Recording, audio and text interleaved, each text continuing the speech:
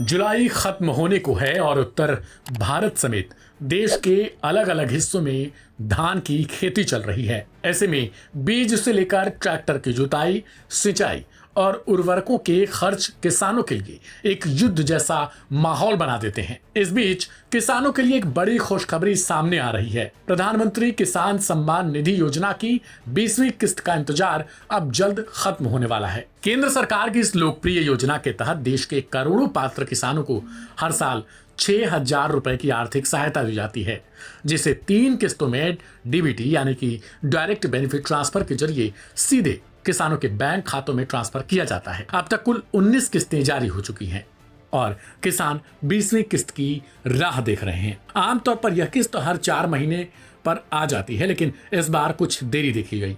कहा जा रहा था कि जून में ही यह किस्त जारी कर दी जाएगी, लेकिन जुलाई बीतने को है और अभी तक यह आई नहीं। मीडिया रिपोर्ट्स की माने तो यह किस्त जुलाई के अंत या अगस्त की शुरुआत तक जारी की जा सकती है। इससे पहले कयासबाजी थी कि प्रधानमंत्री बिहार दौरे के दौरान ही इसे जारी कर सकते हैं, लेकिन अभी तक कुछ भी नहीं हो सका। हालांकि सरकार की ओर से अब तक कोई आधिकारिक घोषणा भी नहीं की गई।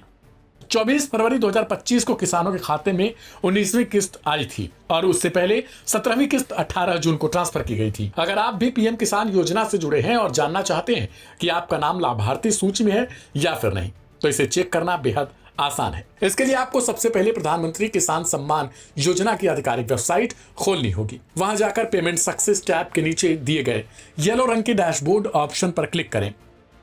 Aim right, achieve big. At KR Mangalam University, we provide you the platform to turn your dreams into reality. At KR Mangalam University.